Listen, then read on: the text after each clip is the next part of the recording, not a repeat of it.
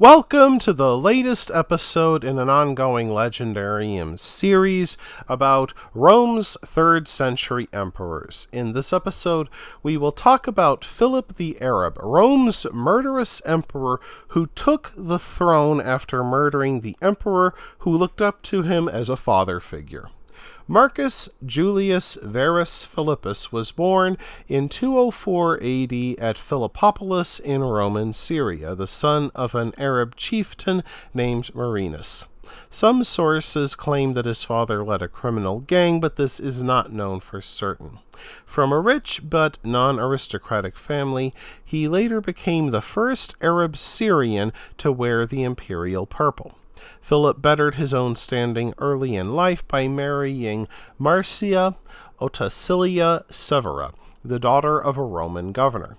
Together they had 3 children. Young Philip also enlisted in the army and rose through the ranks.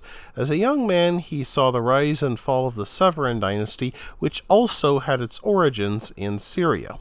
After their collapse, power came into the hands of an adolescent boy named Gordian III, little more than a puppet of the Praetorian Guard. Gaius Julius Priscus, Philip's brother, then served in the Praetorian Guard and brought Philip into the elite unit. Within a year, Philip served as deputy prefect to the prefect Timotheus. In 244 AD, Gordian III responded to an uprising in the east started by King Shapur of Persia. Under the superb leadership of the Praetorian prefect Gaius Aquila Timotheus, the revolt came to a swift and bloody end. Unfortunately, after Timotheus' sudden death, his successor, Philip, grew disillusioned with his role as the new Praetorian prefect. Unlike his predecessor, he thought he would look better in imperial purple. In person, Philip feigned devotion to young Gordian III and even acted as a father figure. Behind the young emperor's back, the commander blamed late shipments of grain to the army on Gordian's supposed inability to rule. Some historians claimed that Philip organized the delayed grain shipments, but he may have simply taken advantage of a bad situation. Regardless, the young emperor became outraged when he learned that Philip connived against him. Gordian III went before his troops and insisted that they choose between him and Philip. To his horror, the troops chose Philip and expressed their disappointment with Gordian III by stabbing him to death in his tent. To the Roman Senate, Philip sent a letter claiming that Gordian died of natural causes. They accepted this and quickly appointed Philip as the new emperor. Seeing the need to consolidate his power and aware that many of his predecessors met untimely ends, Philip quickly returned to Rome. But first he had to make peace with Persia. In the treaty with King Shapur, Rome kept recently conquered Overthrowing and Mesopotamia, but gave Armenia to Shapur's Persia. Rome also paid a large indemnity to Shapur I. Nonetheless, Philip brought peace to the eastern border of the Roman Empire and secured his position as emperor by doing so. Many in Rome had grown tired of war, and this came as good news despite the loss of Armenia. Before leaving for Rome, Philip built a monument to the fallen Gordian III while sending his ashes to Rome. Emperor Philip later made the boy emperor he betrayed and murdered a god to appease suspicious men. Philip also placed his brother Gaius Julius Priscus in control of the east. Despite his efforts to bring order, Philip saw little peace.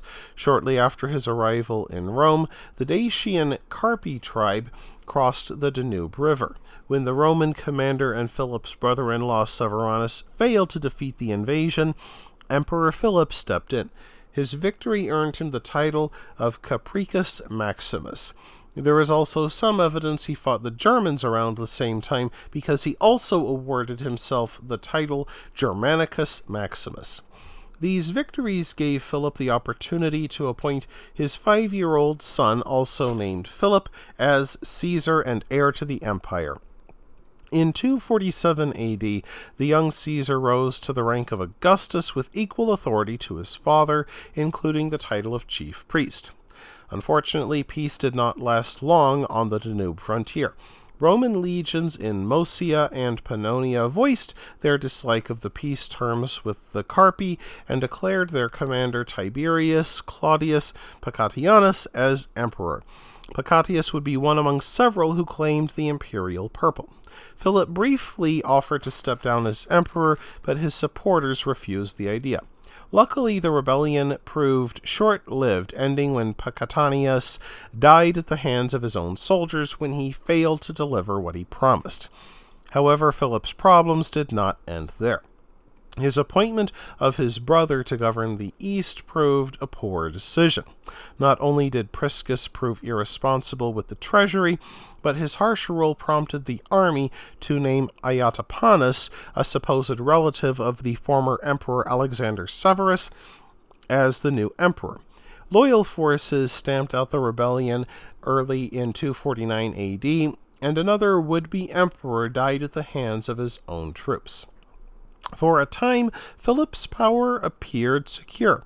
Indeed, he proved wise in some of his choices. Among numerous public works, he built new reservoirs to relieve water shortages in Rome. He appointed several new provincial governors to make sure they did not try to start a civil war. And despite the exorbitant price, Emperor Philip led the city's celebration of its 1000th anniversary with lavish games at the Circus Maximus.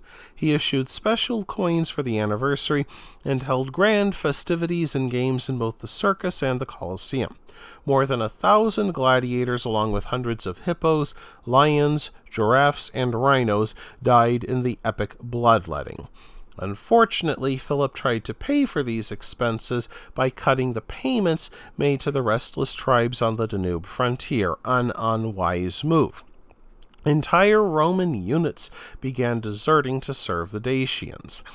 To manage the next round of fighting on the Danube River, Philip installed Quintus Decius Valerianus as the governor of the two Danube provinces. Decius won a crushing victory over the invaders, and his euphoric men declared him to be the new emperor.